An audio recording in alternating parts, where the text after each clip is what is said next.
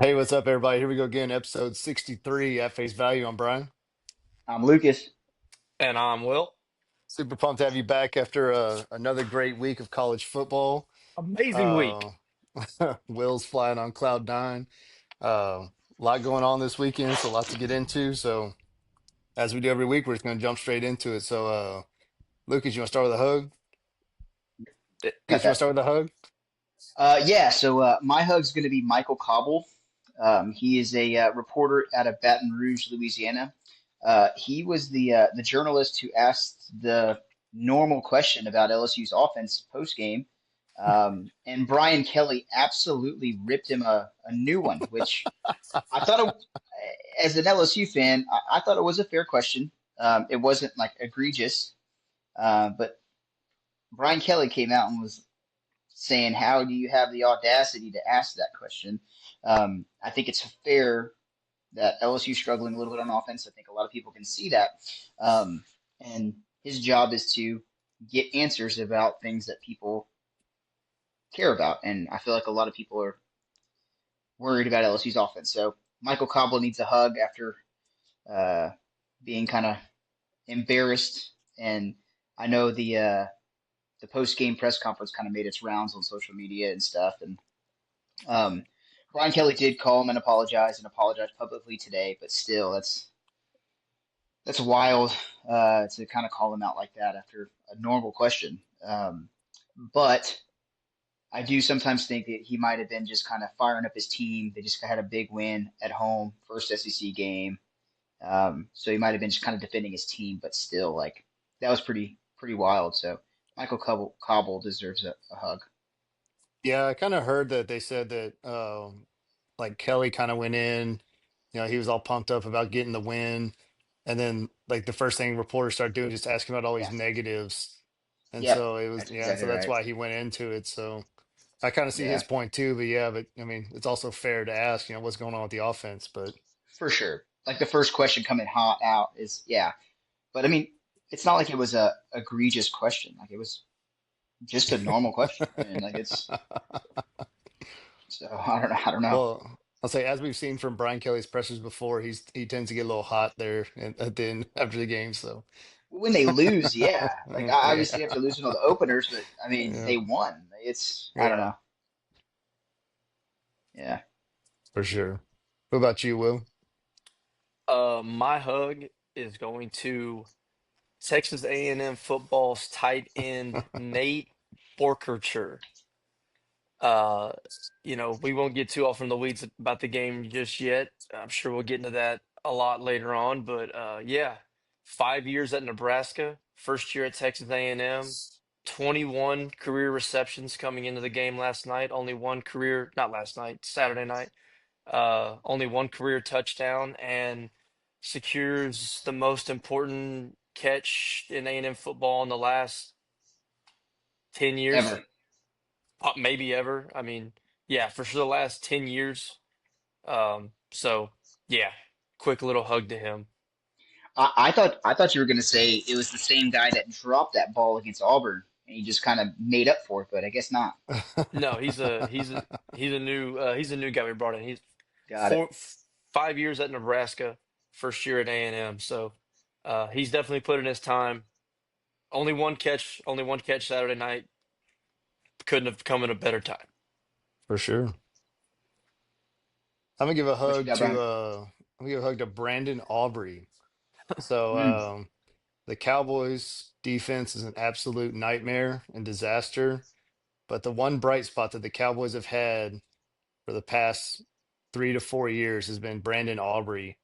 I've never seen a team that willingly settles for a 64-yard field goal to tie the game to go to overtime. And that's exactly what the Cowboys did. And he would have made it from 70 easily. Yeah. Like the dude, like, I don't know if y'all watched it, but they were telling a story where they said he was done. He was in like finance or something. He's sitting on the couch watching football with his wife, and they were watching football, and the kicker missed a field goal, and his wife was like, "Well, you could miss a field goal like that." And so he was like, "Oh, why don't I just give it a shot?" So that's how he got into the USFL, and yeah, now he's the arguably the best kicker in the league right now. So just absolutely insane. And then obviously coming around hitting the game winner too. So that's the only highlight that I have from that game. Uh, I know some Cowboy fans were happy about the win, but I was absolutely just not happy about anything. But anyway, Leo, this is just a cool story for Brandon Aubrey. Pumped about him. So He yeah, hug to he's him. now 4 of 6 all time from 60 plus. Oh yeah. I think the rest of the NFL kickers in history are less than 20%, and he's 4 of 6. And it's just the effortless to it as well. Like the way it's literally a two-step flick. Like he's not even a full swing Yeah. of his leg and he's just booming Al- it. Like it's just Also, impressive. is he a psychopath? Because I know he's caught a lot of heck, but like the poor kid in Tennessee, we'll get into that game too, Hmm. hyperventilating on the sideline, and when it's Aubrey's time, like he never smiles, he never shows emotion. He is just like a stone cold killer. And He hit that. to Go your ahead. point, like to set it up, they run that run play and they just take a dive, Hmm. and it's like you would think you'd want to try to get like another 10 yards or so. Nah, 3 yards, good enough. Instead of making it 67, let's make it 64. Just give him a little bit of cushion and it's from just, it's from yeah. years of clocking in at a 9 to 5 in a cubicle. Yeah. He's just like whatever, man. It's just another day at the office. I Yeah, guess dude. Like that's his like mindset. he made the 64 yarder and did not react. Like the team No, was I mean, fired like, up and he just stood there like, oh, just another kick. It's fine. Like it's shocking. yeah. Uh, so yeah, but good on him. So one little bright spot out of everything. So what about your hike, Lucas? So my hike can go to the targeting rule in college football. That can honestly just take a hike, man. They need to revisit this rule. Like I understand like the nature of the rule, right? It's there to make sure that people aren't maliciously trying to take out another player, injure themselves, injure somebody else. But whenever you eject a player 3 snaps into the game for playing hard, and the runner ducks his head down, I just find it kind of a hard pill to swallow. Um, if you want to flag him 15 yards for it, that's fine. Like keep it that. But there needs to be like a flagrant kind of aspect to this. Like you can see intent on a replay that somebody's Hmm. going and head hunting. Like that's you could tell if they're launching trying to take somebody out. But the fact that helmets collide and things happen, you can't take out a player for playing hard, in my opinion. Like Yeah. I understand why the rule is in place, and again, just if you use common sense, go to the monitor and say, hey, this guy was going in head hunting, putting the person in a dangerous situation, they're out of the game. That's fine. But if you're the crown of the head helmet just happens to graze a face mask, um, and they weren't going in and launching themselves up to try to hurt the player, give them the 15 yards, call it a day, let the guy still play. That's especially in such a big game. I don't know. It's just they need to revisit this rule at some point and keep the players on the field if they're not intending to hurt somebody. Because the kid from Vanderbilt got ejected too on the Lenore Sellers hit, which Hmm. he pulled up. Like it's not Yeah. like he didn't go straight in and try to knock him out of the game. He pulled up, and his helmet just happened to hit Lenore Sellers in the head, and I don't know. It didn't matter either way. Both teams whose players got ejected won, but I don't know. They need to figure out a way that they can make it more like basketball. We have a flagrant one, flagrant two, and just move on.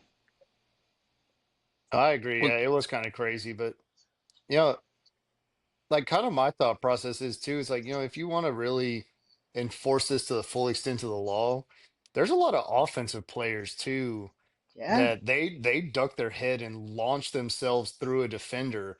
Like, how is absolutely, that, according to the wording of the law, how is that any different than what a absolutely. defender is doing? But yeah, to your point, like especially that Weeks hit. well, and really the Sellers hit too, like both of them.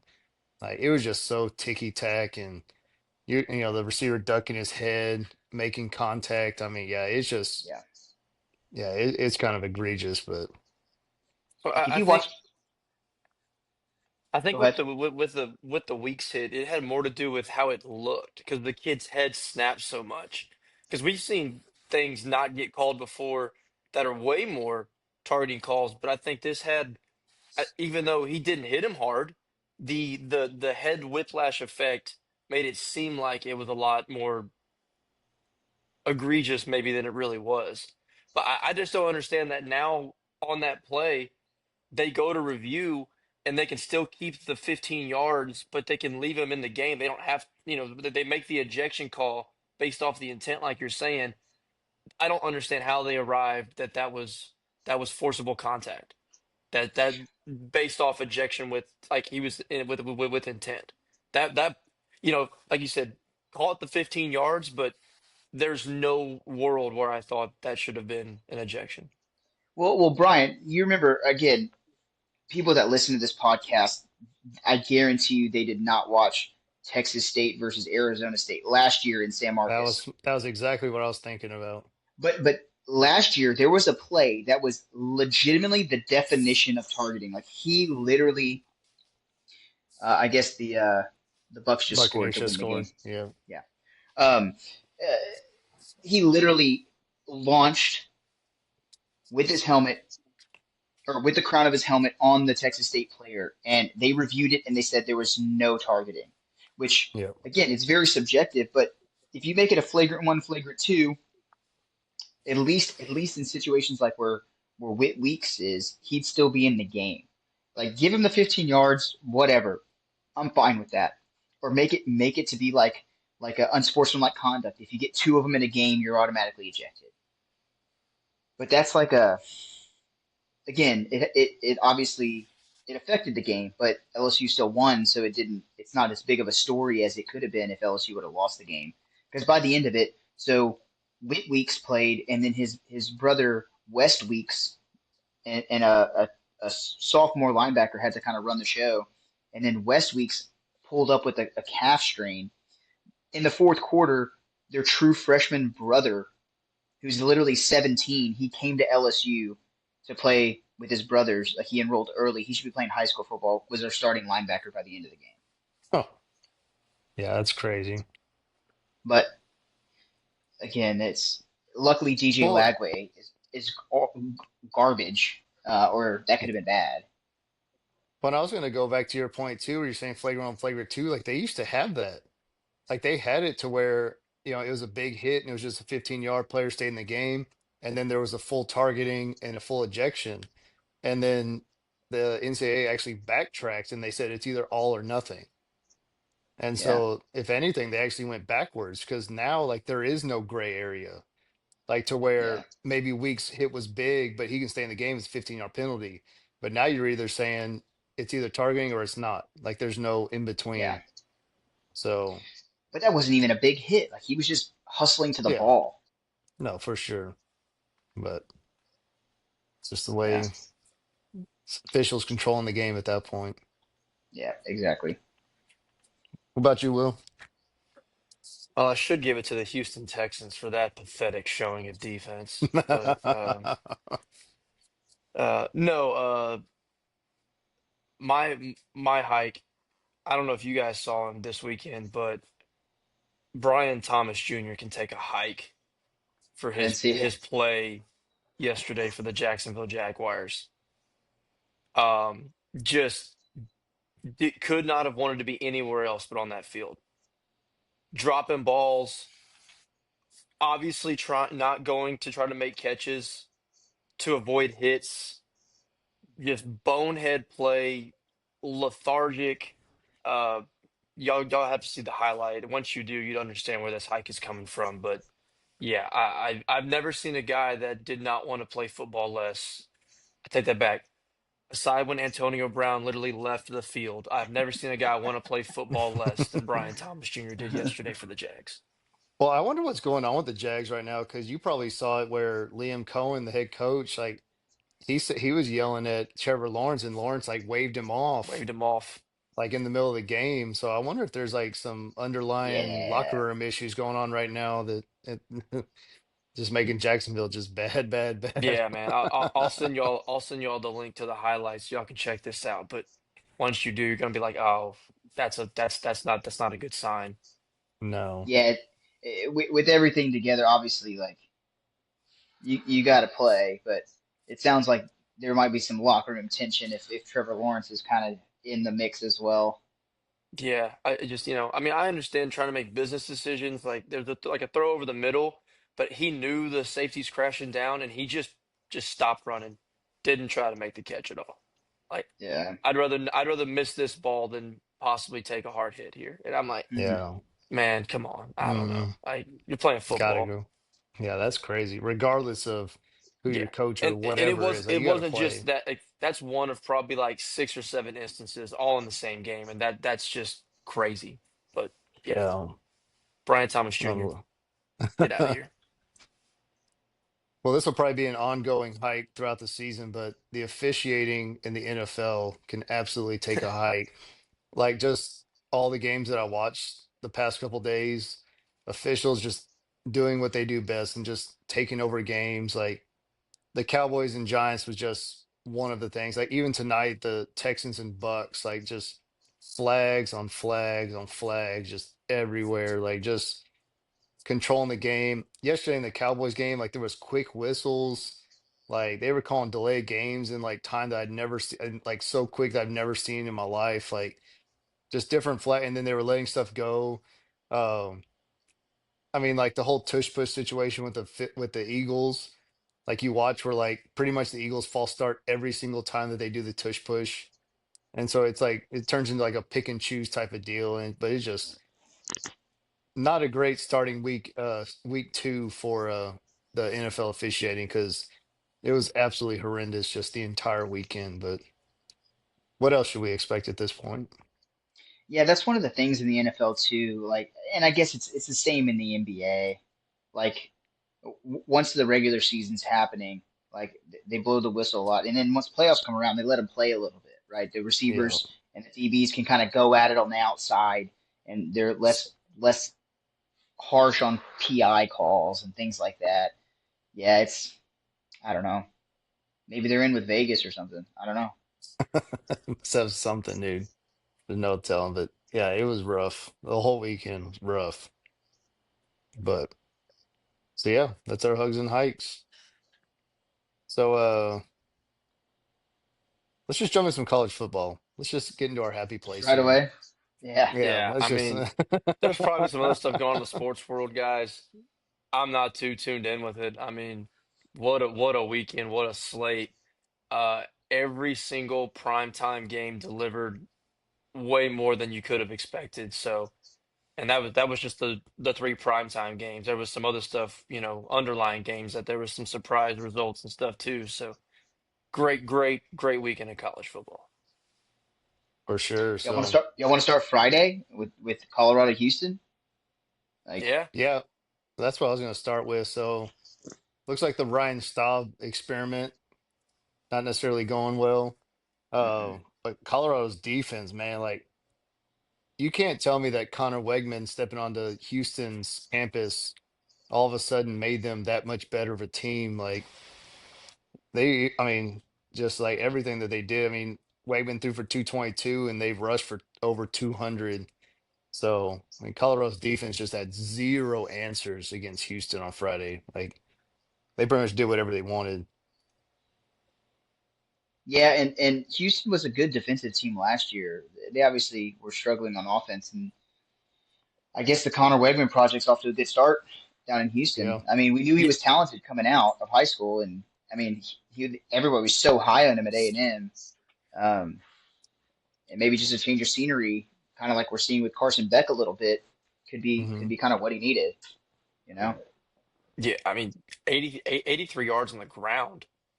Yeah, I don't know if Wegman had 83 yards in his career at A&M on the ground, and he did yeah, that on Friday night. I mean, he had it in there to scramble if he had to, but he wasn't looking for a run yeah. That No. wasn't his ever. game.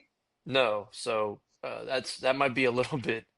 If I'm a Colorado fan, I'd be a little bit nervous about that. But I mean, should we be that shocked at this Houston result? I mean, we were. Did all three of us take Houston last week, or did someone take Colorado? I think I took Colorado. Okay, I mean, Hmm. you know, Willie Fritz is a dang good coach. I mean, it might take him a little time to get Houston rolling. We don't have him up at the top class of the Big 12, but would I be shocked if he gets them to the top of the Big 12 in his tenure there? Absolutely not. So, I mean, we said in the preseason Big 12 preview that Houston's going to be that team that's going to maybe cost somebody their chance at making the Big 12 title game. They could beat a team that slips up, and I still think that's very much in play, and they might even finish towards the top half of the conference. Yeah. So maybe a little bit early, ahead of schedule down in Houston for Willie Fritz, but they looked good because I still think Colorado's more talented than they have been in the years past. Uh, maybe not, maybe not a quarterback, and of course no Travis Hunter, but top to bottom, they're a more complete team, and Houston handled business fairly easily. Mm. No, yeah, they look sharp. You know who did not handle business though is the Kansas State Wildcats. Yeah, I God, dude, Avery Johnson stinks.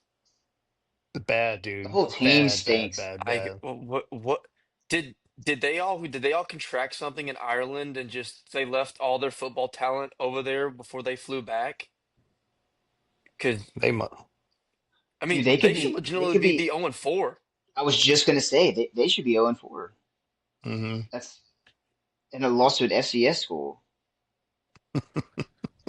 I mean, and there was a lot of people arguing that Arizona might be the worst team in the Big 12, and you just Yeah. went there and lost. Yeah, Our they're in boy trouble. Ismail Mahdi ran for 190 yards on Friday. Well, Texas State Yeah, that's transfer. Did could Yeah, did have Avery used what him. Johnson.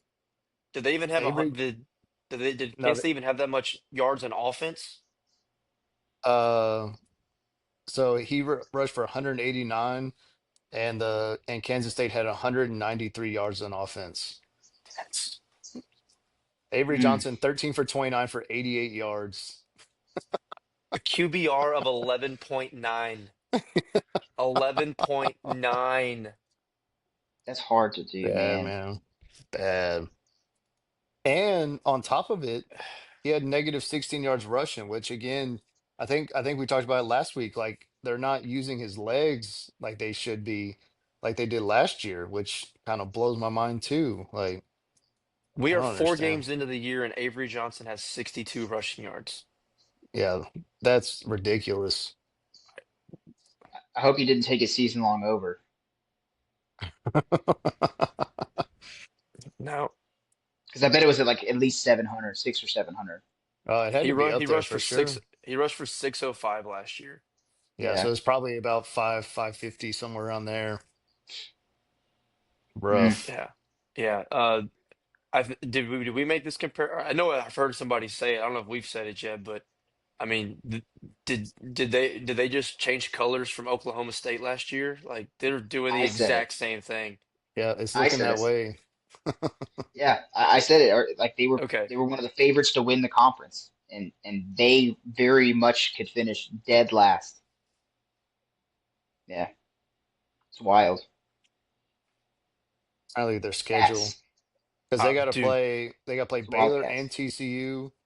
They got to play at Kansas. They got to play Texas Tech. They got to play Utah. you haven't Like named a they're single win. Not even No, a, not even a, it shouldn't even be a close game really at this point. But those are all yeah, double-digit dog games. yeah, rough. and those are all but maybe if there's a couple of those on the road, they would have all been favored, coming into the Yeah. year in most of those games. Yep. Yeah, I think we said last week like their one win might be hosting Colorado the last week of the season. Mm, And he not that Right is anymore. not now, a I don't lock. know. Yeah. We'll Yeah. see who's playing quarterback for Colorado at that point. Yeah, who knows? But hey, things could be worse, guys.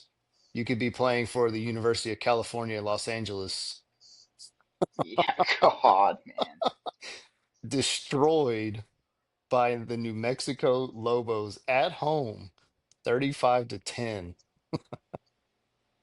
Old Dude, Nico is not doing well. it's just it's crazy to me these like 5-star busts. Like it's very crazy. And then you have somebody like Diego Pavia, a JUCO Hmm. transfer who's, I mean, dude, at some point he might be in the Heisman talk, like if he's not already. Like if they can rattle off some wins, beat Bama, like Yeah. I mean they also play Texas and they play LSU. Like if he can win 2 out of 3 of those, Yeah, at least be in the conversation. yeah, man, like he's a gamer. Yeah. I don't know what's going on. I mean, this is rock bottom for UCLA. I mean, Foster got fired today as he should have. He hasn't been good at all there. He gave up I 300 yards rushing. I mean, they're one of the worst Power Four teams in the country, and it's really not close. Them Yeah, and the other no. school that happened to fire their head coach, Yeah, Virginia Virginia Tech, but Tech. losing at home to, let me back that up, getting dismantled at home by Old Dominion. I mean, both of these programs need a hard reset, top to Hmm. bottom.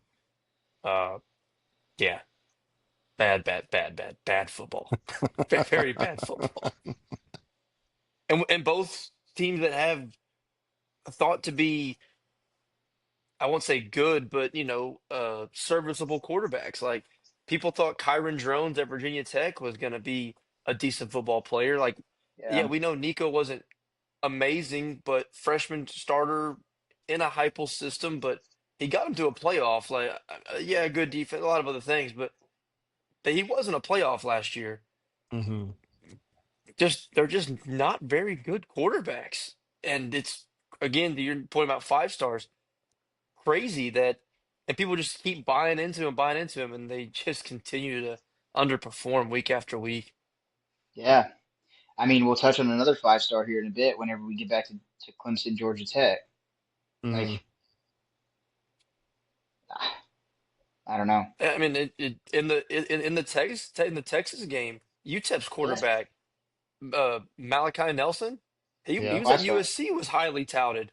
Then Yeah, he he went was to in the same Boise class as. State, couldn't beat out their quarterback, and now he's at Mhm. UTEP. And he I was happened to just fall in a rabbit hole to find that out. I mean, well, he was in the same class as Arch. That whole okay, class. If you look at that rival that year, that recruiting ranking, like that class, like the five was stars that that came out of there, it was was that awful. was that Arch, Nico, and Nelson? Were they all in the same one? I believe so. Oh man.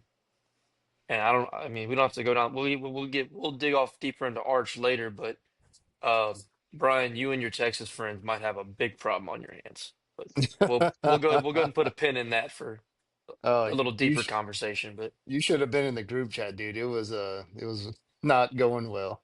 mm, yeah, well, Yeah, I was watching the primetime game, the classic, and we'll get to that too. But yeah, we'll talk about that. Let's go on to the 11 a.m. slate with I'll say Georgia let's jump in at Texas. 11 o'clock and we'll talk about Georgia Tech and Clemson. So what started out as kind of a snooze fest turned into an absolute just like stunner at the end. Like the fire drill ending to win the game was one of like the I think that like made it even better than the win itself. Like just the ability to do that like was unbelievable. yeah. I mean, but actually, and I this is not my take. I heard it, but I agree with it 100%. It comes from Lucas's boy T-Bob.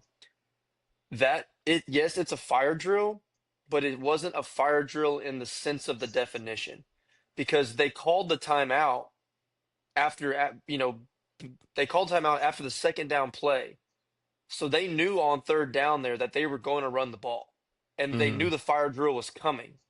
The part that he explained that I agree with too is that by doing the fire drill, even though it was a setup deal, it still didn't give the kicker time to get in his own head because he had to just go out there and go make the kick. Yeah. So, yes, it's fire drill. Yes, it's awesome, but it was a masterclass coaching decision there by Key to have all of it lined up while simultaneously not letting your kicker freak out as much as he probably would if he's sitting there for a minute and a half during a regular timeout thinking about it. Because yes, Yeah, he you is don't have thinking time to about it think going about into just it, yeah, but he yeah. when he gets in that flow, it's not the same as standing back there for 30 seconds waiting on a snap. Like you're in the flow of it. Well, you're even And setting it up to where Dabo's not going to call a timeout because exactly. he's going against the clock. Like he's setting it up perfectly to where it's like he's going to have to let him kick the ball. So Well, yeah, yeah. And he put Dabo in an impossible situation because if Dabo calls a agreed. timeout and then he makes it, you know, it's like, oh well, now he gave him time to set up, Hmm. and why would you call a timeout there? So Agreed. you in my opinion, Dabo can't call a timeout Yeah. Because because you have a to lot hope of that they just things, screw up. yep. A lot of things have to go right, and you're getting rid of the chance of like a false start or something like that to happen, where they're just scrambling onto the field. Give it to Georgia Tech; they executed it perfectly, which Correct. is the sign of exactly what Georgia Tech is, a fundamentally sound football team. Hmm. Like that's what they are. They're a hard nosed, fundamentally sound football team, Yeah. and I mean that's what won them the game in the end. And don't Um, let it get lost. It was a 55 yarder. It wasn't like it was a chip shot. yeah, Yeah. And yeah, the kid's career long was 51, and he had plenty of leg. But Hmm. yeah, I mean, 55 yarder in college now are just becoming more and more common. Yeah, that's along with what's going on in the NFL as well. But yeah, yeah. that's most teams don't have a kicker on their team that they'd even consider trying that with, and he was more than comfortable sitting him out there. Absolutely. So I guess the biggest question now is like who's more at fault with everything? Is this a Klubnik thing because he didn't play very well, or is this just like a Dabo, Clemson as a whole thing? Like how do you really analyze, what's going on in Clemson right now? I think it's both. To be honest, I watched the game. Klubnik did not have a great game. Hmm. Um, But none of the blue chip 5-star talent they have is progressing, which is why I say it's more Dabo. Like you're keeping these guys. You had a 80 some percent return, team came back. But if you're not if the development part of it is not there, this is what you get. I mean, they're the same kind of team, if not a little worse than last year, and they have almost the exact same team. Hmm. but see, that's where I disagree. I mean, I feel like they're the same. They're the same team as last year. They did this exact same thing last year. And to my point that I mentioned in a group chat, they're probably still going to make the playoff. They're going to probably run the table, find their way in the ACC championship game, win that, and get the conference championship bid. Like that's probably what's going to happen. But my point is that when you bring everybody back like that You should be with better. that I agree. talent, if you develop them and they're in their second, third, fourth years, this team, like we all agreed and most of the country agreed, should have steamrolled through the ACC. Oh, for sure. Yeah, but we did talk Georgia Tech. We were high on Georgia Tech from the get go. Like Georgia, I'm still very high, and all this did was solidify that to a certain yeah, degree. But I'm shocked that the with this much talent, they're not getting better as players. Like a third year starter, Klubnik, with what they brought back, it's the you same. know, we talk about, what LSU does with those quarterbacks at certain times, and not just that school, but a lot of schools. Look at, we'll get into my game, what Marcel Reed looks like in his second year in the program. You're not the Klubnik's been the same guy every year. Yep. Hmm. This defense has talent to have two guys drafted top 15.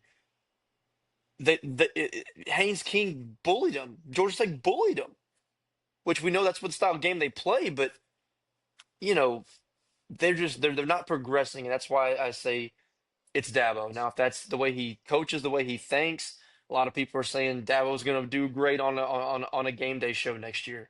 Like they're not going to fire him, but do we have to start having the conversation?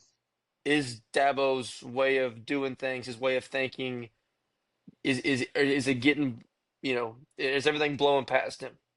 Because why are you not getting these guys to progress and develop as players when you have the talent you have? And that's what you see a lot of times with these programs is you see that consistent talent, like you get the 8, 9, 10 wins, but you're not getting that true progression, like you're saying, like because I always go back to like Mac Brown at Texas. Like he always had like those 9, 10 win seasons, but like he wasn't truly developing players until he just got Vince Young. And then that's really and what catapulted him to the next level. Like, and that wasn't even development. That was just you had a and special talent playing quarterback. and how but to Dabo's defense, like how often is that the case though? Like you could say the same thing about Cam Newton at Auburn. You could say the same thing about LSU and Joe Burrow. Like if Joe Burrow doesn't go to LSU, they don't win in 2019. Like they had talent on the outside for receivers, but he was getting them the ball at a crazy clip. Like whenever Deshaun Watson was there, whenever Trevor Lawrence was there, like that's I think that has more to do that it's just a talented quarterback, and that matters a lot. I feel like there is some sort of development that needs to happen, but I think at the end of the day, if you want to win a national championship, you have to have a competent quarterback, in my opinion. Like No, no. Will Howard last year played his ass off down the stretch. But I guess that's the question then. So is Klubnik not a competent quarterback? I mean, from again, He's not I'm he not a he's not as professional. good as I thought he was. I'll say it. I'm not a, He's not as I'm not good. a I'm not a professional quarterback evaluator by any means, but I wasn't high on Klubnik at all going into the season just because from the games that I saw him play the last 2 years of him starting, there was nothing that jumped out of out of the paper for me. Like it just didn't nothing jumped out in my opinion. And I don't know, was he there? I don't remember. Was Klubnik there whenever um oh God, what's the kid who transferred out to like Maryland? You talking about DJU that went to Oregon State, then DJU. Florida State? Yeah. Didn't DJU beat him out like his freshman year? Like Well, Klubnik was, because Klubnik was a freshman, but then Klubnik but ended up still but then Klubnik took the job from him as a sophomore when DJU was already had started the year before. So got it. Klubnik did beat him out in season because I say Mm. beat him out. DJU kind of played his way out of the starting job because he Yeah, was playing I was gonna terrible say, quarterback. like, yeah, that's not obviously we saw what his career trajectory turned out to be, Yeah, but insurance salesman. just yeah, but I don't know. I was never high on Klubnik, and I mean, obviously we talked about 5 stars that just don't pan out. He might be one of them. Obviously, some of them It do, right? The it's chances of looking them that panning way. out I are mean, he's he's not like it's not like he's some awful quarterback, but he's just a fine quarterback. yeah, But to get where we thought this team was going to go, he had to elevate the play, and he absolutely has not done that. no. And I think you can make an argument this year that it's going to be even tougher for them to run the table the rest of the way because now Florida State's all of a sudden found life, so they're going to be way better. But that's They got it. to go to Louisville still, who they lost to at home Mm. last year. Um, and then you end with South Carolina, which They also don't have regardless of Chuck. South Carolina, it's a rivalry game. So I mean, like Yeah, there's still the end of the season there. I mean, it's still gonna be tough. I mean, last year like everybody thought that Clemson would beat South Carolina. They ended up losing that one. So I mean yeah, but it's just a Lenore Stellars went Superman that game. Like that's yeah you tip your cap to that. for Um, sure. But I don't now think but Louisville is now going to it's be as good. yeah. But also like South Carolina now it's at home, which I know it's all in South Carolina, but you're not playing in Death Valley or whatever. So I mean I I think they mean definitely have a tough run ahead of them. Vanderbilt just went into South Carolina and beat the brakes off of them. So Yeah, Yeah. I I don't mean, know. yeah, rivalry game. To Lucas's point earlier, like favorable schedule. They'll be still be favored in every game besides Florida State. Yeah. But that game is at home, so that'll help. And maybe if these 5 stars wake up and start playing like they said they should, they can turn the season around. Because again, beauty of the world we live in with the playoff. It looks bad. You get your 1 and 2. Season's not over. It's a lot to play for. Yeah, things might have to bounce your way, but it's not over. You just better Mark the figure it out tape. quick. Mark the tape right now. Mark it. Clemson's Got going it. to go undefeated the rest of the way. beat Georgia Tech in the championship game and make it to the playoff, even though they don't deserve it. But Yeah, that's my prediction. I don't want to get too bogged down here with Clemson. Like, I want to give Georgia Tech their flowers as well. I mean, Hundred Hmm. percent. just there. I maybe it's because we always talk about it, or it's said a lot and it's shown a lot, but I don't know if there is a team in college football that loves playing for their head coach more than this group of guys does playing for Brent Key. Absolutely. I mean, because the kind of football they play is not a fun like that's not a fun way for guys. You have to have some tough dogs to play this style of football, and that starts with you have to have a dog at quarterback. And my God, they've got a dog at quarterback because this was giving me flashbacks to the Georgia game last year where they looked like they were having to pick this guy up off the ground, and every time he got back in there and just got right back after it. Just kept So going. Yep. impressive to watch. And even though we think Clemson's down, and that's still a very big win for Georgia Tech. Oh, for And sure. looking at their schedule, they should be favored in every ACC game coming up. The thing I don't love is since taking over interim coach at Georgia Tech, Brent Key, 7-1 in ranked matchups, It's 14 and crazy. 15 in unranked matchups.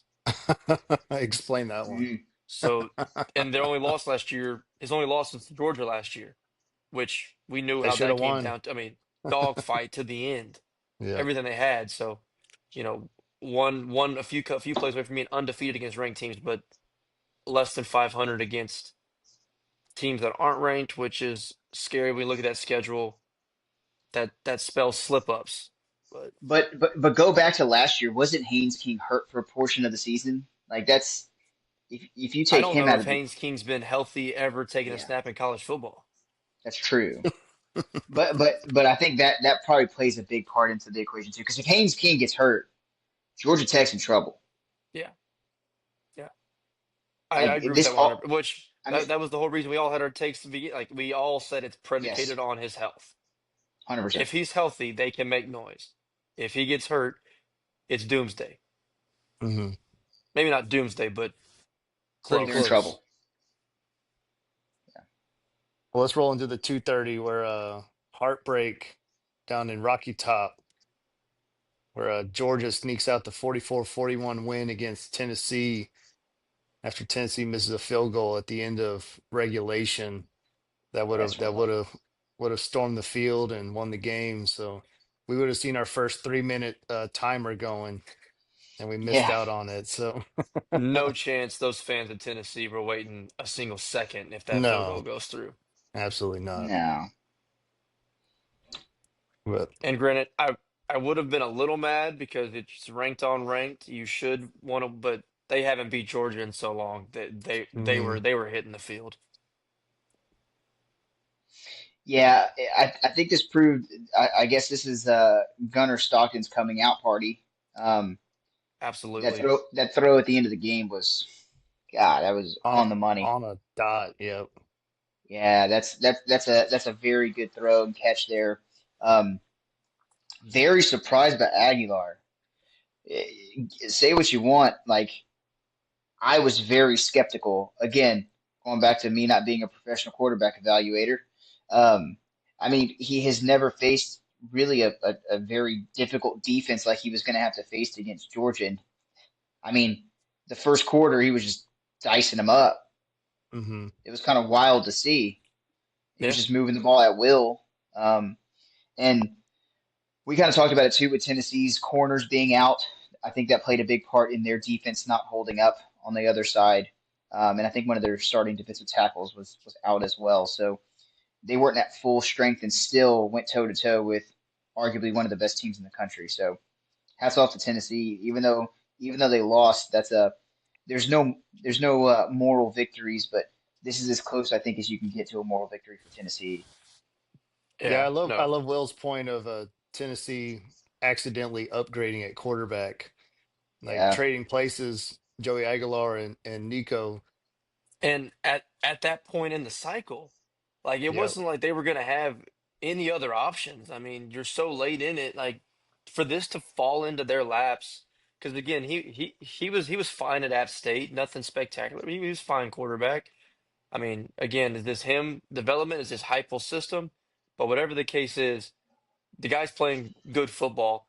And if Nico carried, or if not carried, I'm sorry, if Nico quarterbacked this a Tennessee team to the playoff last year, there's no reason you can sit here after watching that game and say Joey Aguilar can't do the same thing.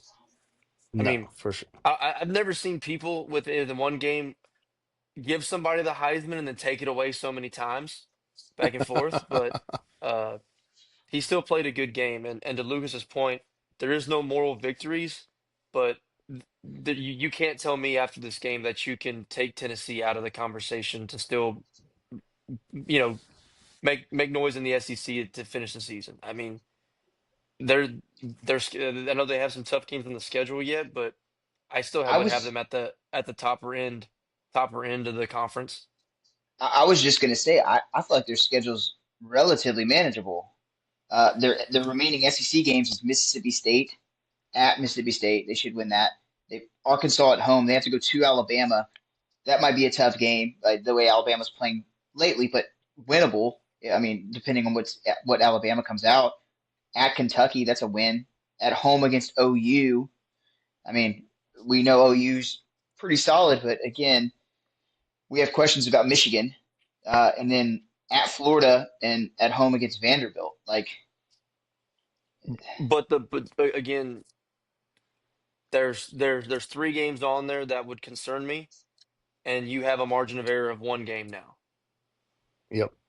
So that's the only reason I say it. If they win this game now, you could potentially lose two of those, and you're still okay. But you have a one game margin of error here, and see, there's three games that are dicey.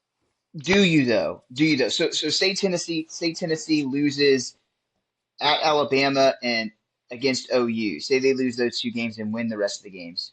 And the committee has to say, look, are we going to put in Notre Dame or are we going to put in Tennessee? The And then only that's if Notre Dame runs the table and goes 10-2. correct But I mean, resume wise, the answer would be Tennessee, but the precedent they set last year is that it's tough for 9-3 teams to get in. yeah, I Yeah. agree. Yeah, but now that Notre Dame just lost their only two games that are competitive, they're probably going to run the table against bad teams. So this is now the precedent, like the Indiana thing of last year. Like, are you gonna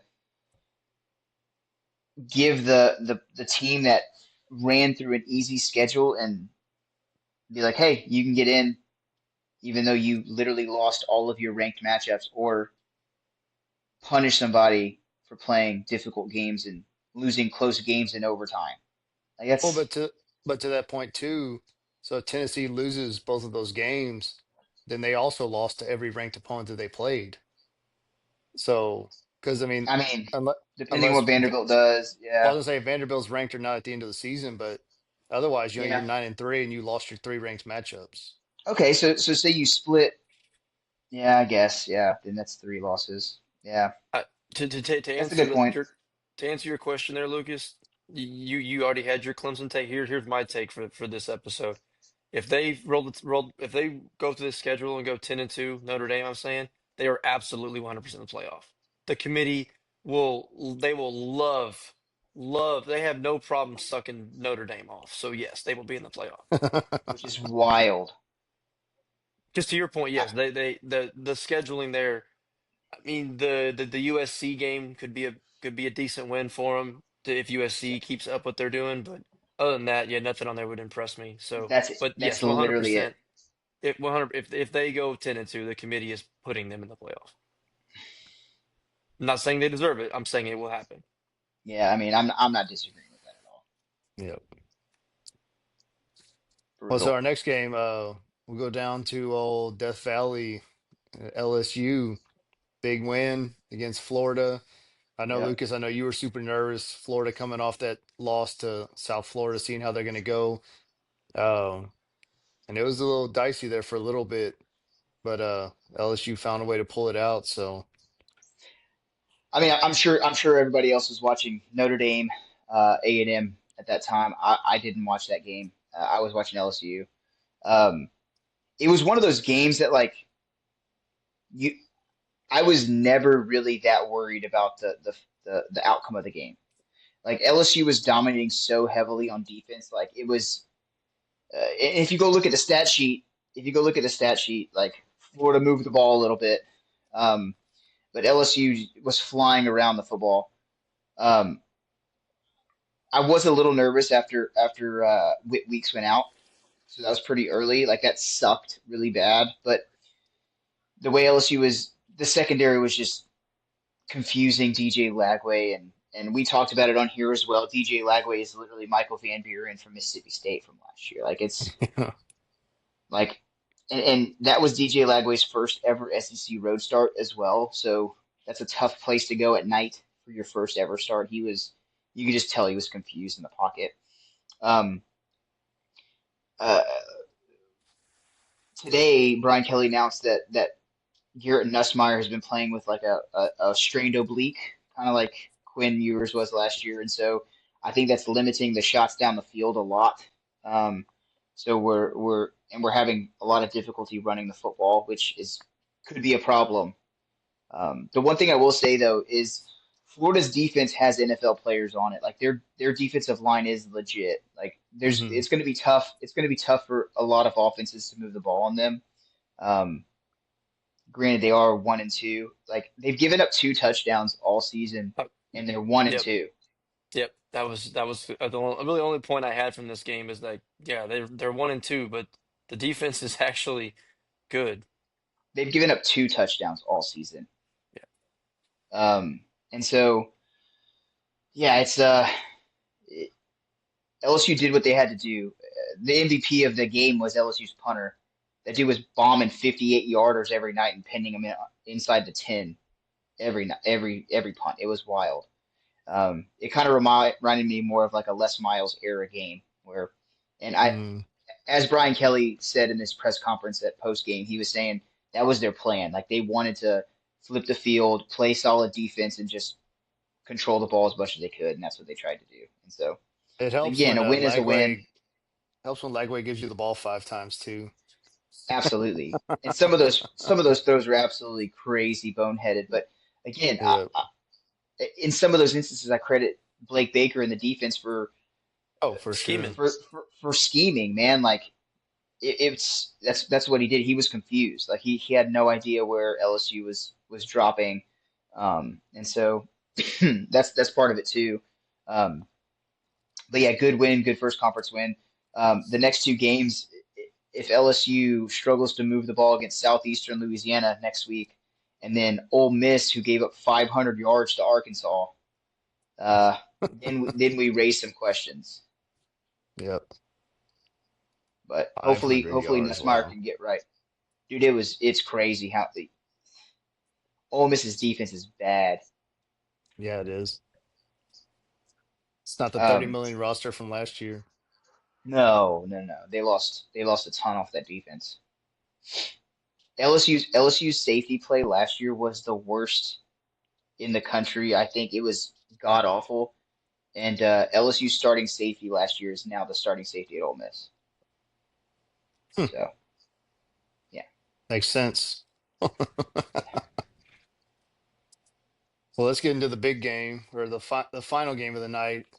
Well, Texas A&M finding a way in an all-time classic to beat Notre Dame on the road after Notre Dame goes down and decides they want to miss the extra point and then A&M went from there. So, Will, I know you probably have a take or two, so go ahead. Oh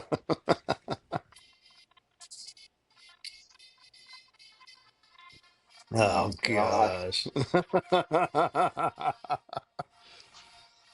That's all we got, guys. See y'all later. you have a good one. See ya. Hell yeah, boys! The Aggies won a football game. Yeah. The Aggies won a football game Yeah. that mattered. Yeah. Oh God, it's been so. I mean, yeah, I know we beat Alabama a couple years ago, but that team wasn't that good. But oh God, to go win a road, to get a road win like this, unbelievable. And we did it without playing our best game, which is, I mean, 13 penalties. We got to clean that up. But yeah, it wasn't always pretty. Some things had to go our way, but at the end of the day, a 1 point win in the win column is still a W in the win column, and Hmm. it was awesome.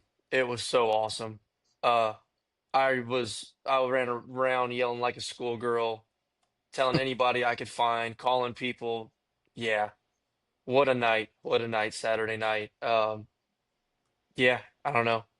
I could go into all kind of things about it, but it just felt so good. It's also building us up to really tear us down in the in the future this season if things don't go the right way. But man, this is the most explosive offense since Johnny Manziel was the quarterback of this team. Um, Marcel Reed's play. If you go look at the stats, he has 17 of 37. That doesn't look great, but he's throwing the ball downfield. Um, he's making plays with his legs. We were able to move the ball within the run game. You know, we actually handed the ball off to Le'Veon Moss 20 times and scored 3 touchdowns on the ground. Mario Craver with an unbelievable spin move and he's got speed like crazy. Him and Concepcion, just great pickups. Yeah, defense did just enough, and by just enough, I mean just enough, but also had to have a fumbled extra point to get us to where we got. But hey, you Hmm. know, it's college football. There you go. Sometimes things have to bounce your way, and every single one of them did. And then I already gave him the shout out earlier, but then Nate's touchdown catch on 4th and 11. Um, when that play, he had to be the last option. There was nothing about that play that was designed to him. That was literally Marcel realizing he had the weakest defender on him of all of his receivers on that play. He was bigger. He had a linebacker on him. He's a big guy. He just threw it up to him and he made the play. And he even said in his post game that he lost the ball in the lights. He saw it right as it hit his hands. And Huh. if you watch the replay in slow motion, it wasn't a clean catch. Like it was moving a little bit. We just got lucky it didn't hit the ground as he was going down. But yeah, it was awesome. It was so awesome. And that's what's Um, crazy too. I know we talked about it, but again, like only 128 yards on the ground, and Marcel Reed was the second leading rusher. So I think that's kind of crazy too. So the ability to throw It's for not surprising he's the 360. second leading rusher. I mean, we just gave a steady dose of Le'Veon. Like Ruben Owens, I think Mm. only had 2 or 3 carries. Armani Daniels only had one. EJ Smith didn't have a carry. So like, it was just, hey, Moss is our guy. Just keep feeding him the rock, and you know, and then make the throws whenever you have to.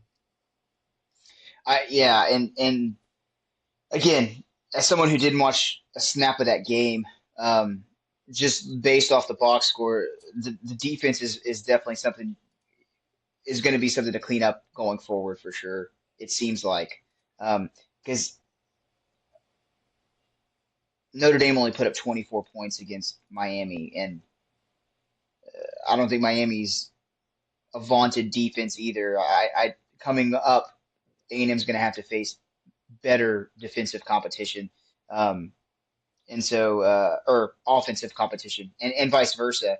They're going to face better defenses because again, I don't like we said in last week's pod. I just don't trust Notre Dame. I don't think they're very good this year. Um, but it's still an amazing win on the road. I mean, anytime you go to uh, South Bend, Indiana, and get a win at night, like Off that's a bye huge. week that they put Yeah. everything into. Yep. That very good point. Another thing that I saw making the rounds this morning was, or yesterday morning, was Notre Dame fans being real pissy about that fourth down play. The dude up the middle just getting absolutely drugged Oh, down. Um, but yeah. again, like that's not the play that's not the only play of the game that can cause it. There's Oh, for it's sure. Yeah. a domino effect. It's the butterfly effect. Like Hmm. there's millions of different calls throughout the game that can change the course of it. Um, but I know a lot of Notre Dame fans are very salty about the no call on the holding with the dude rushing up the middle that allowed Marcel Reed to get free to make the throw. But come on, man. Like obviously it was probably a hold, but how many of those get missed a game? Like it happens every single game. So get over it. Every good lineman will tell you that they hold almost every single play. Yep. Yeah. And So if you make an extra point, you're not in that situation anyway. So deal with Exactly. it. You know what I mean? Like it's I don't know. That's like the same thing with LSU. Like there was a blown coverage and Florida scored on like an 80-yard touchdown pass, and there was a holding on it, and they're like, "Oh my gosh, this cost us the game." Like, dude, your quarterback threw 5 interceptions. What are you talking about? Like, yeah, come on now. yeah. I mean, I don't know. It's just it was such an emotional roller coaster because I'm watching the game, A&M loses this game every single time. Like whenever Yeah, like A&M will get down and fight their way back.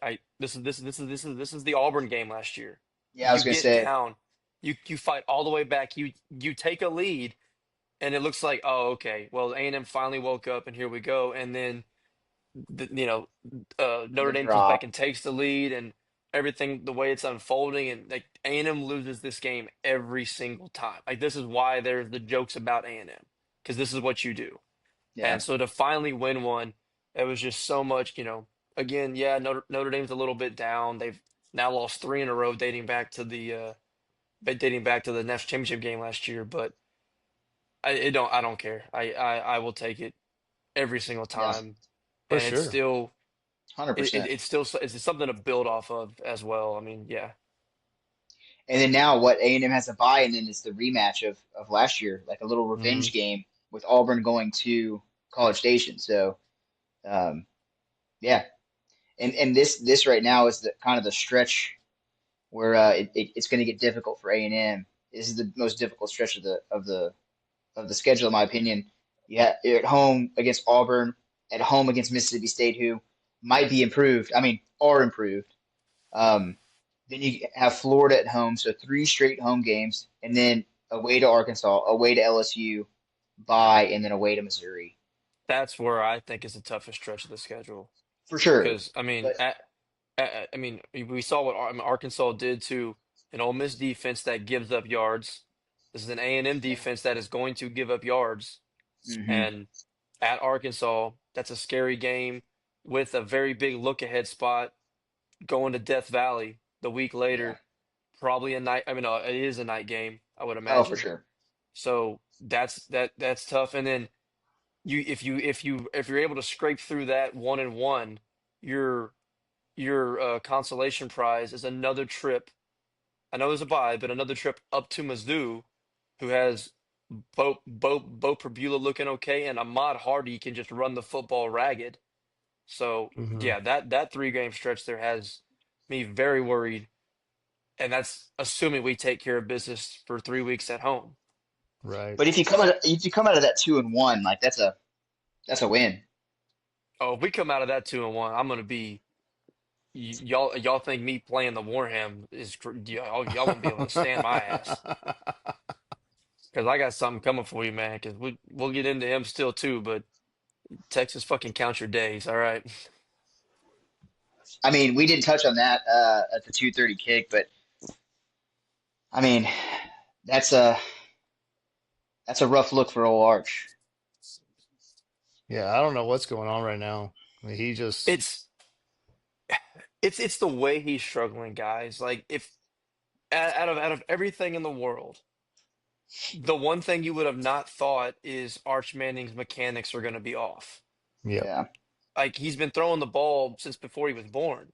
I mean, where is this coming from? Had nobody ever saw it? I don't remember there. I mean, I know he played low level 2A Louisiana football, but I don't ever remember there being, hey, Arch mechanics, you need to clean him up whenever he was being recruited. no, So and where even is if you all go that back to coming last from? year, the 3 games he started, like mechanically, it seemed pretty sound. And he definitely wasn't missing receivers last year like he was the past 2 weeks, oh, the past 3 weeks. Like Consistently too. It's not yeah, like it's one time a game. It's multiple times, multiple games to the point where I mean, this has to be a legitimate concern. I mean, I saw a stat. They did a little ticker, and of course, because his last name's Manning, it's going to be like headline news. But it was like Texas beats UTEP as Arch Manning has 10 straight incompletions. That was literally the headline. What did he have? 11 completions? I don't know. I don't It know was the like stats 11 behind for Yeah, it, but 20 something, I think. yeah, 11 for but it, 25 with 114 yards. there was a stretch there that it like he could not hit an open receiver. No. It I mean, was wild. I had it on whenever our group chat was kind of talking about what was going on. I was like, let me see what the heck this is about. So I had it on, and it was not good. it was I didn't watch this game. We were doing church picnic stuff all day. I'm just happy I caught the A&M one, but uh was UTEP getting any amount of pressure? Like were they putting him in any sort of situation, or was this just him flat out No, missing throws? flat out missing throws, dude. Yeah, That's again, you could have told me, oh, he's going to make some questionable decisions because inexperience or this or that could happen. Mechanics would not have been on the top of my list of where No. he's going to struggle. and they got one more game to kind of get it right at this point because they have Sam Houston State, then they kick off SEC play. Um, Hmm. they have to go to Florida, which we talked about their defense. Like Florida's not going to be able to move the ball against Texas. No. But can Texas move the ball against Florida is the question. It again, Might be like a 10-3 football game. take Yeah, the under. I Take the mean, under. yeah. Yeah. There might be seven turnovers in this game. Yeah. Yeah. Take the under for sure. Yeah. No, a lot of It's issues in wild. Austin right now. And it's just funny to imagine like having a conversation where it's like, is Arch actually going to be the guy? Like, whenever he stepped onto campus, like that was never a conversation. Like, is he the guy long term? Not to say it necessarily is right now either, but it makes you start thinking, like, at what Well, point do I Well, you? mean, one of the Lucas said this all last year, or even coming into this year, and we would kind of talk about it and stuff, but Sark watched them every day in practice, and when people were calling for Arch to be starting, you would keep saying Sark watches these guys. There's a reason he's not going over to Arch, and I would kind of say like, yeah, but he's only doing it because of the experience. He's not giving in to the calls. If this is what he was seeing, that makes every sense in the world why he wouldn't give the keys to Arch over Quinn. yeah, and one of the guys in the group chat posed a really good question. Like I mean, if Quinn Ewers started against Ohio State, does Texas win that game? I said yes. I said yes. I, I think they I think they do. do. Especially if Quinn spends all off season getting healthy. I think they do. Um, but again, we never know because again, I don't keep up with the NFL at all. Is Quinn even on a roster? Yeah, he's on Dolphins. the Dolphins roster. Ah, well, he might be starting soon there. So I'll say he might get a shot because the Dolphins are garbage. yeah, To his contract's too big. He won't get a shot, but True. yeah, well, He will get hurt though, so. yeah. I was gonna say that is he might get true. hurt, Now that part is true. but yeah, it just Texas has one more week to figure it out and a bye before they kind of But hit the they ground running. also have just the cupcakeiest of conference play too, though. I mean, at Florida and against OU, like those are like they could lose those two. I mean, I think they beat Florida just because I think Texas's defense is really good. And Yeah, Um, DJ Lagway will find a way to play horrendous quarterback. yes, and we yes. don't know how good Um, Oklahoma is just yet. I mean, I think their defense is absolutely legit, I but w- and we'll but find they out a lot but this weekend yes, we will. about Oklahoma and Auburn. But Yes, we yeah, will. Because Michigan, I mean, like that. Okay, in my opinion, this I should have kind of said this last week, but I just now thought about it. OU beating Michigan this year, a few weeks ago, is equivalent to Texas beating Michigan last year on the road. yeah, that's exactly what I thought. Like it's it's pretty equivalent. Like this is not the same Michigan that won the national championship a few years ago. It just No. isn't. Um, and Because then their coach is a bum. yeah, and a freshman quarterback on the road for his first road start ever with Bryce Underwood. Like, say what you want about OU, like we'll find out here shortly. Because again, you talk about Texas's SEC cupcake schedule. Oklahoma's on the opposite end. Their schedule's pretty brutal. So Yeah, we'll they find still out got how a good. long way to go. Yeah, for sure. And that game against Tennessee just got harder too, because that was one of the games I was like, well, that might be a win. Well, that's not guaranteed anymore. So I guess So we didn't really go over it earlier, but how much longer does Billy Napier have in Florida right now? Ooh, let me pull up the schedule. I mean, oh, dude, it's awful. Yeah, they're Miami, Texas. They just had LSU, Miami, Oh Texas. my. It's dude, We dude. look at this every week and I always forget how bad it is. The next Yeah, five games are it's ridiculous. bro, brutal, it's dude. bad. Brutal. It's bad. Because even, like you said, well, ago, Mississippi State's improved. Yeah, dude, I think they're the third team on the AP poll, the third team off the list of receiving votes. it's bad, man. And like the team, the morale of this team, if they lose the next three, again, I told y'all that there was a guy preseason that said Mississippi State will be the game that gets Billy Napier fired. That is, if that take hits, that would be unbelievable. But it is so much in play, it is crazy. Because I mean, in all honesty, if Florida loses at Miami, at home at Texas, at A&M, depending on the way they lose, those teams all seem to be better than you. But I don't think anybody's going to argue that the talent at Mississippi State is better than the talent at Florida. So if Mississippi State marches into the swamp and beats them, if Napier is still there, he will 100% be canned. Well, I was gonna say, like, I you almost have an argument that you might almost want to get rid of Napier before Mississippi State to get like some sort of a boost to try to win the game. Like, because if you just keep the same guy going all the way through after three more brutal losses, and then you're thinking, okay, we still have the same guy at the helm to hopefully beat Mississippi State. Like, that's I don't know. He may be gone after College Station. but dude, Again, to like me, that's it's all the way that those games go. But yeah, the thing though is like Florida had this exact schedule last year, just flipped. And down Yep. the stretch, they started playing very well. Like there's still an opportunity that they're going to win some games under Billy Napier that they obviously thought they shouldn't. Like at the beginning of the year, didn't A&M go to Florida and just absolutely boat race them? yeah. Hmm. And I Tex, mean, they scored a couple late ones to get it closer. But yeah, I mean, there was it was a never a pretty point in that game where A&M wasn't no dominating it. no, and then towards the back end of the season, like Florida turned it up and turned it on because again, like I was talking about, like they do have a good defense. Like they're going to hang in almost every game that they're going to play in. Um, they beat Ole Miss. Like that was one of Ole Miss's games that like cost them a playoff spot last year. They beat LSU, which LSU wasn't near as good. Um, they hung really close with Tennessee. Um, They Man, were so I close don't with know. Texas too.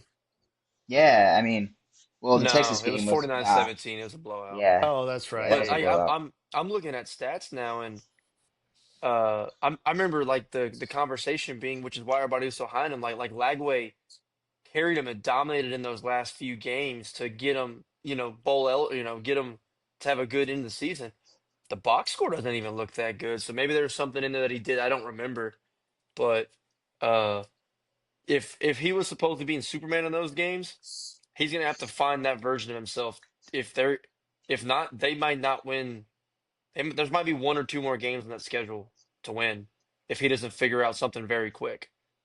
Because Kentucky, that's the it. defense can hold people, but if the offense can't score points, it doesn't matter. Like Brian said, it could be 10-3, it could be 14-10, Yeah, on Saturday because or not Saturday, but against Texas, whatever, because the defense is going to play their game, but if the offense cannot generate points, it doesn't matter.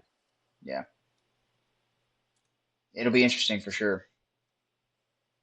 but either way, like Billy's in a tough spot. That's all I'm saying. But Th- I know the AD that hired him though is like full on with, with Billy, because they had to. So that's the thing. If Billy goes, their AD's gone too, um, because he literally went to all the boosters, gathered up all the money to fire Dan Mullen to bring in Billy Napier, and they're like, "This is our guy." And now he's going to have to go back to the boosters and say, "Hey, I need more money to fire my guy." Like, there's no way that like. So he's he's gonna ride or die with Billy, is what I'm saying. well, he's gonna die. He's gonna lose his job, and if he wants to sue anybody, he should sue the schedule makers for the SEC because they Yeah. did bend him over. Yeah, And they that's what I was did. gonna say too. That's what I was gonna say too. Like there has to be some leeway in this situation because Mike Norvell still has a job. Yeah, Look what happened last year. Look at that yeah, debacle. but I think that like a lot of people thought it was a miracle that Billy didn't get fired at the end of last year, which I know we're saying they're running the same schedule back, so it'd be kind of crazy to expect anything more. But dude, they're not getting to 7 wins. And they finished No, 7-5 before the bowl game. I think they won that one too. So 8-5. There is not a after, if there's no chance. There is after the loss against South Florida, there I don't think they even get bowl eligible. To be honest, no. I mean I mean, as scheduled maybe right now, they have one, maybe two, four. three, four, 5 more games against top 10 teams, which that'll probably shuffle around. Every other game besides Mississippi State and Kentucky are against top 15 teams in the country. Yes, but their defense is good enough to sneak a win or two against those top 15 teams. Honestly, Yeah, like I legitimately think that. If Like Lagway can this, turn around and play well enough. to score well, well, points. Yeah. well, for sure. But you also have to think if the defense is keeping them in the game, they're not going to take those shots down the field like they were having to against LSU because they were behind. Yeah. Um, so it just depends on how the game flow goes. But I mean, they could beat Miami this week. Like that could absolutely happen. I They could mean, also I get think it blown can. out by Miami. We'll see. Yeah, that's one of my bad takes on Miami's good. It's a Miami's three. really good. It's a 3 point line for a reason. We'll get into that in the picks. We'll get into that in the picks. Vegas knows, dude. Vegas knows. They always know. Y'all It's got just like anything else? You everybody. want to jump into it? Yeah, we could jump into it because I was gonna say like the LSU Florida line. It started off at 9.5, which is exactly where it should have stayed. But Uh-huh. betters were piling on to Florida, and I think it ended up by kickoff. It was like a 5.5, 6.5 point line So, in what world, after watching what just happened, does this game open at 3? because of their defense. It's on the road at Miami, and Miami just. I Because mean, of I their know defense. like we said, USF, good story, beat the brakes off of them. Yeah, but think about that for USF for a second. Like they literally played Boise State, beat them super high, shocked the world at Florida, and then had to go to Miami. Like that's a Fine, rough but three that game same stretch. USF team beat Florida at the Swamp Agreed. and then just got boat raced by the same Miami team. Florida is going to Miami after just losing another tough one at LSU, and you're going to open the line at 3? I I mean, mean, to me, the line only gets wider. There's no way it's getting less than 3. That of all the lines I looked at, this was one of the more shocking ones. The fact that it's not at least 6.5 or over a touchdown was nuts to me. I I mean, mean, if Texas was legal, I couldn't have hammered that line harder when I saw it. it's 7.5 is what I'm seeing now on DraftKings Well, then it definitely did change. 'Cause, when Brian put it on the notes, I went and checked myself, and it was definitely at 3, I was gonna and I was say at flabbergasted, say at 8:30 flabbergasted. it was still at 3, so On ESPN bet, it's still showing 3.5. Yeah, on DraftKings, it's showing 7.5, which That is makes way more sense. yeah. I would probably still hammer that. Well, let's shoot. Let's get into it. Let's get into it. All right. Well, let's start off with Illinois at Indiana. Oh, why So, would you do this one first, Brian? yeah. This one's I'll, hard. I can go first. Illinois, Go ahead. give you Illinois. Uh, at quarterback, Altmaier experience. They're gonna win. Like this, and this is the one game that Indiana has on their schedule. Actually, I think their schedule is a little more difficult this year, but Illinois, I think, has shown enough so far that they're going to be a potential playoff team, in my opinion. Like they're a very good football team. I still don't trust Indiana. They've blown out some Bad. school for the blind and deaf. Like it's yeah. Take Old that with a grain of Dominion, salt. Old Dominion, Kennesaw State, and Indiana State is I what Indiana has tuned up with. I mean, oh, don't sleep on Old Dominion. What they did to Virginia Tech, dude. Dead program walking. Dead program walking. Also, quick little nugget here. The first call that should be made by Virginia Tech should be to Shane Beamer. Oh, it'll happen for sure. Shit, yeah. Yeah. But anyway, Um, let's move Keep to the Beamer four. line running. Indiana's a 4 point favorite. Yeah, I'm going with Illinois. I think Altmaier is a very good quarterback, and I think they go in and win. Will? yeah, this is where I hate having to pick outright because I would take Illinois at the in the points, but outright I'm like I still want to go Illinois just because Indiana has not shown me anything. They haven't played anybody, and again last year when they had to face decent competition, I know Duke maybe isn't what we thought, but that's still an impressive win when they went to Duke and just that second half was awesome. So go ahead and give me Illinois, even though it don't. I think Indiana can keep it close. I think Signetti's proved enough that uh, he'll do whatever he can to keep the game close. Yeah, I'm gonna take Illinois too. Yeah, I don't think either one. I mean, I've said it before, but I've never been impressed with Manny Diaz, so I don't really know how good Duke's actually gonna be. But I do think that Illinois is definitely more talented. So I could see it being a 3-point game though, just because being in Indiana, they're gonna come in play tough. So I think it could be a good game. So let's go to the next one. Let's go Michigan at Nebraska. Michigan is a 2.5-point favorite. Go ahead, Will. Yeah. For no other reason, last week I did not roll with my dark horse Georgia Tech, and I regret it because they proved me wrong. So Nebraska is also a dark horse of mine. So give me the Cornhuskers. I said it in the preview. I think Nebraska wins this game. I still think they can, but I can't go against a dark horse 2 weeks in a row after what Georgia Tech did Saturday. So give me the Cornhuskers. Dude, same. I just like we kind of mentioned, and going off my point from last week about Notre Dame, I don't trust Michigan. Their defense is not as good as it has been in previous years. A true freshman quarterback making another road start in the Big Ten. Um, I think Nebraska wins this. The line right now is Nebraska's 2.5 point dogs, uh, like you said. But yeah, I think Nebraska wins this. I don't trust Michigan whatsoever. And I think Dave Portnoy is going to be pretty sad.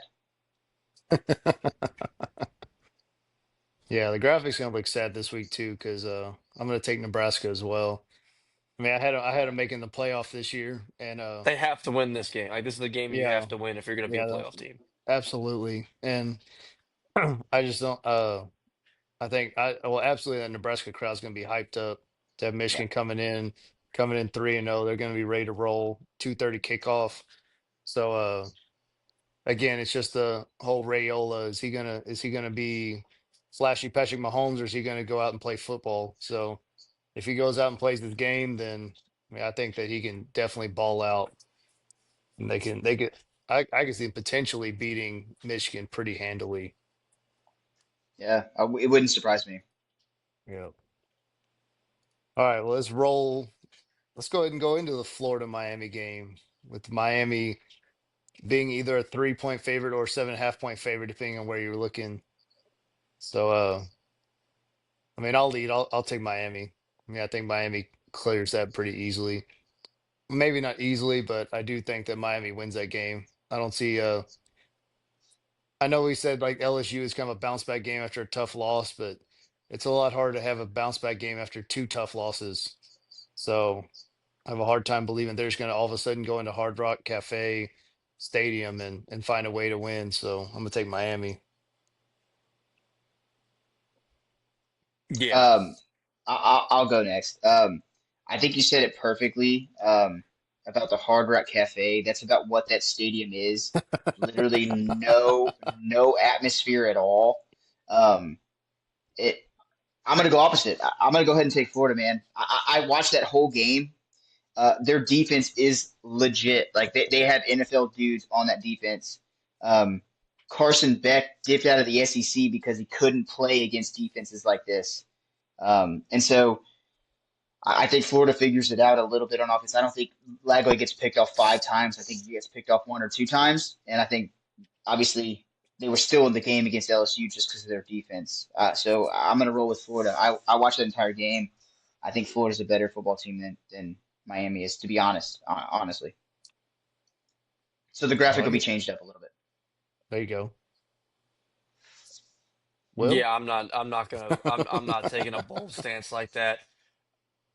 Again, whenever I saw the line, or when I was looking at games that I thought we should pick, I didn't even put this one on there because I thought the line was that egregious. I think Miami beats the brakes off of them. I think Florida's about to go into a tailspin. The whole thing's going to fall apart. I was very wrong about Miami. They are going to be one of the class teams of the ACC. I was wrong about Beck. He is not Spencer Rattler 2.0. He's playing just like he was a couple years ago. Miami has much more talent than I thought, and it's showing through. Uh, yeah, 3, 6, 9, 12. I don't care what the line was. Miami's gonna beat them bad. Mark the tape. I like it. Let's go. Mark the tape. All All I'm right. Well, saying is too. All I'm saying is too. What do you think about Miami's defense? I think Like, it'll. I because think it'll be good enough because the offense is going to score. And like again, this is more. This is I don't disagree with you, Lucas, at all. Florida does have a good defense. This is more about. I think I was that wrong about Miami. I think Miami is that much better than who I thought they were coming in the season. They've been probably one of the more impressive teams to me, and nothing they have done tells me that this team cannot beat Florida, even though I know Florida's defense is good. do you think that LSU's defense is better than Miami's defense this year from what you've seen? See, like everybody's saying that because of they picked off DJ Lowry 5 times. Well, No, DJ no, Lowry no. they didn't pick him off 5 times. Those are some just bonehead mistakes. For sure. Some of them were. Some of them were baiting and Yeah, I don't know. I I would think say it's I'd say they're very similar. LSU's defense is more improved, but I don't know, man. I mean, Miami's defense was awful last year, very so bad. I mean. I don't know if I know which one is better. I would say that they've both improved significantly. Because again, LSU defensively, they picked him off 5 times. But if you go look at the box score, man, like Florida put up yards. They put up 366 yards of total offense against LSU's defense. 287 yards passing. They only had 79 yards rushing, which Lagway was having to throw a ton. They possessed the ball for 37 minutes out of that entire game. To LSU's 22. Like I don't know. I think the line starting at 3 was there for a reason, And I think the only reason it's changed to 7.5 is because people were hammering Miami. But Yeah, Vegas had it at 3 for a reason. And I mean, I know with Vegas with a always home knows field something. with a home field advantage, like 2.5 to 3 points you get as a home team. And so Vegas thinks this is a pick 'em They do. I just happen to think Vegas is wrong. for sure. Yeah, we'll find out. That happens. Yeah. All right, well, let's go to the next one. Let's go Auburn at Oklahoma. So Oklahoma is a 6.5 point favorite coming into this one. So Lucas, kick it off. God, for me, this is the toughest one. Um, the way Auburn went on the road week 1 against Baylor is very, very impressive. Um, uh, I'm gonna go with OU in this one just because it's at home. If this was at Auburn, I think I would roll with Auburn in it. But literally because it's in Norman, I'm gonna go ahead and roll with OU. Will?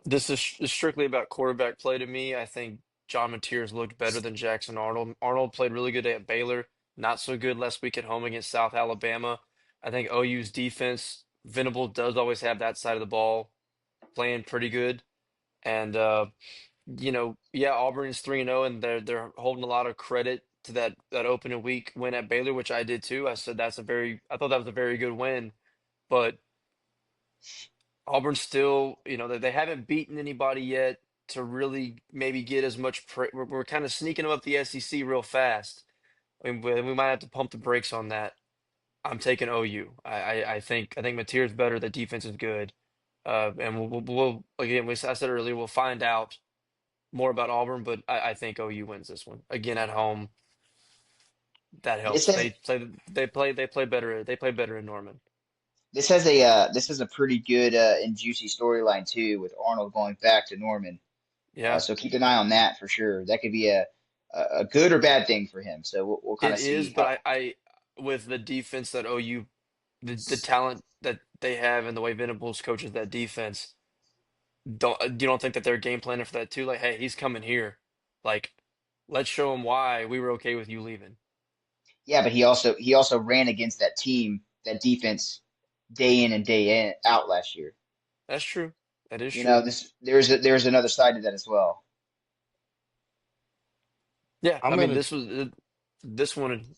We'll see. Yeah, 6.5 actually surprised me on this one. I thought it would be a little bit closer. yeah, Yeah. I'm gonna take Auburn. So I think a lot of it has to do with John Mateer. I think he's a good quarterback, but I also know that he played at Washington State. And so this is going to be the best defense that he's seen in his career. And so I think that's going to give him a lot of fits. I think Jackson Arnold's going to come in looking for blood. And so I definitely think they cover the 6.5 for sure. But I could see them definitely coming out and winning this one. So I'm gonna take Auburn to take it. So Yeah, and one of the big storylines too, we've talked about on here before as well. Auburn has arguably one of the best wide receiving cores in the country. He did not have that at OU. He was down to like a six-string wide receiver. His number one target was Bauer Sharp, the tight end who transferred to LSU. That was his yep, biggest target of the year last year. So that's something for to think sure. about too. So And then we'll end with our battle of Big 12 picks. We have Texas Tech traveling to Utah for an 11 a.m. kickoff, mm. where Utah is a 3.5 point favorite. So go ahead, Will. Yeah, real quick, why is this not game day? Why is game day going to Florida, Miami? Like, I know you said the line and everything. Like, yeah, in week one that looked like a big matchup, but I mean, this is a chance for them to showcase. I mean, I think Utah's been severely disrespected by the voters, man. They've been impressive to me. I mean, I'm taking Utah in the game, but I thought I was when I saw the schedule this week, I was like, man, this is perfect for game day to go to Utah. Maybe Hmm. because they don't want to. I don't know. I was just shocked. Like, I know it's an 11 a.m. kickoff, and they don't particularly like that most days. I don't know what Herb Streak's schedule is, but anyway, uh, Yeah, I'm picking Utah. Devin Dampier and that those guys have looked great. I think Lucas might be spot on here. I think Utah's on pace to win the Big 12. Um, Shocked that they're not ranked higher than they actually are. And Texas Tech has been good. Don't get me wrong, but going at Utah, nah. Give me give me the Utes. Yeah, I'm with you. I think Utah might be the biggest under the radar team in the country. Again, we in the preview we talked about their offensive line uh, with their top five draft pick. Um, One of the dudes on there, and another one's supposedly a first rounder. Texas Tech has blown out some pretty bad teams. I think they beat Oregon State last week. It was a blowout. Oregon State's not a very good football team. Um, and yeah, Utah. I think they're the best team in the Big 12. I think they run the table. Honestly, they were my pick to win it all or win the Big 12. And honestly, they could make some noise in the playoff. Like I think they're that good. So yeah, give me Utah at home. Again, Texas Tech also has to go play in the altitude a little bit. So I like Utah at home for sure. I'm gonna take the Red Raiders. I had them picked to win the Big 12, so I think this will be a great opportunity for them to go in and really put a stamp on showing how good that they think they really are. I mean, I think their offense is absolutely electric. I mean, they're deep. I mean, I know they haven't really played anybody, but they've been putting up insane points, and their defense played well too. So, I mean, I think this is probably one of the best teams, if not the best team that Texas Tech has ever put together, at least since their almost football championship appearance in 2008. But yeah, but no, I think they're legit. I think it's going to be a really good game. I mean, I'm kind of excited that we get to start our morning off with that at 11 o'clock. But I think it's gonna be a lot of fun to watch. But I'm gonna take the Red Raiders in that one. Yeah, let's circle back though on game day. Why did they pick Miami, Florida? A The one and only two Florida team, guys. the only way I can think is they would have to start game day at like 6 in the morning. Because Mountain Time. Yeah, because of Mountain Time. But okay, so if you go look at the schedule, there's three ranked matchups this week. They have Auburn, Oklahoma. They already went to OU for the Michigan game, so take that one out. Correct. And Correct. then you have this Utah one, which to your point, why would they not go to Illinois, Indiana? You have Either number one of nine those. versus number 19. Like Yeah. that's at least a ranked matchup. And I don't I know, know that I know they went to Bloomington last. Did they go to Bloomington last year? Or was that game at Ohio State? I No, don't I think it was. remember. I think no, they did go to Bloomington because Lee met Yeah, with all of his former players and stuff. yeah, But uh, I mean, I thought this is a classic to showcase Tech in Utah and to showcase the Big 12. I was shocked, but yeah. I didn't think about the timing aspect there, like Brian said. I know they don't love doing the big noon kickoffs too. They like doing either their games or stuff like that. So I know that they went to Ohio State to start the year with big noon, but that was more for Lee than anything. What's So crazy to me too is like so Utah's an hour behind us, so they're gonna start that game at 10 o'clock in the morning Yeah. in Utah. That's kind of like the bizarre thing to me. Like, why are you starting at? I mean, there's not gonna be any alcohol because it's all Mormons, but I mean, golly, like playing a college football game at 10 o'clock in the morning is But insane. think about if you're like a UCLA fan and you got to go across country. Like your game starts at 8 a.m. If you're waking up in LA watching a football game. Well, yeah, but that's across the country. Like, you're not playing at home at 8 a.m. Yeah, I guess that's true. Like, it's just the fans having to wake up. It's not the team. Because think about what time your warm up's starting if you're playing at 10 o'clock in the morning. I Yeah. don't know. Just kind of interesting that they chose to put that time there. Like, at least I Yeah, they would would have think it'd at least be like a noon game. or 2:30 But kickoff or something. Yeah. yeah, like, or even they play at noon here and then they played 11 there. Like, that would still make more sense. But Yeah. I don't know. They didn't think that one through, I guess. No. So yeah, that's all I So got. instead, yeah. Hmm.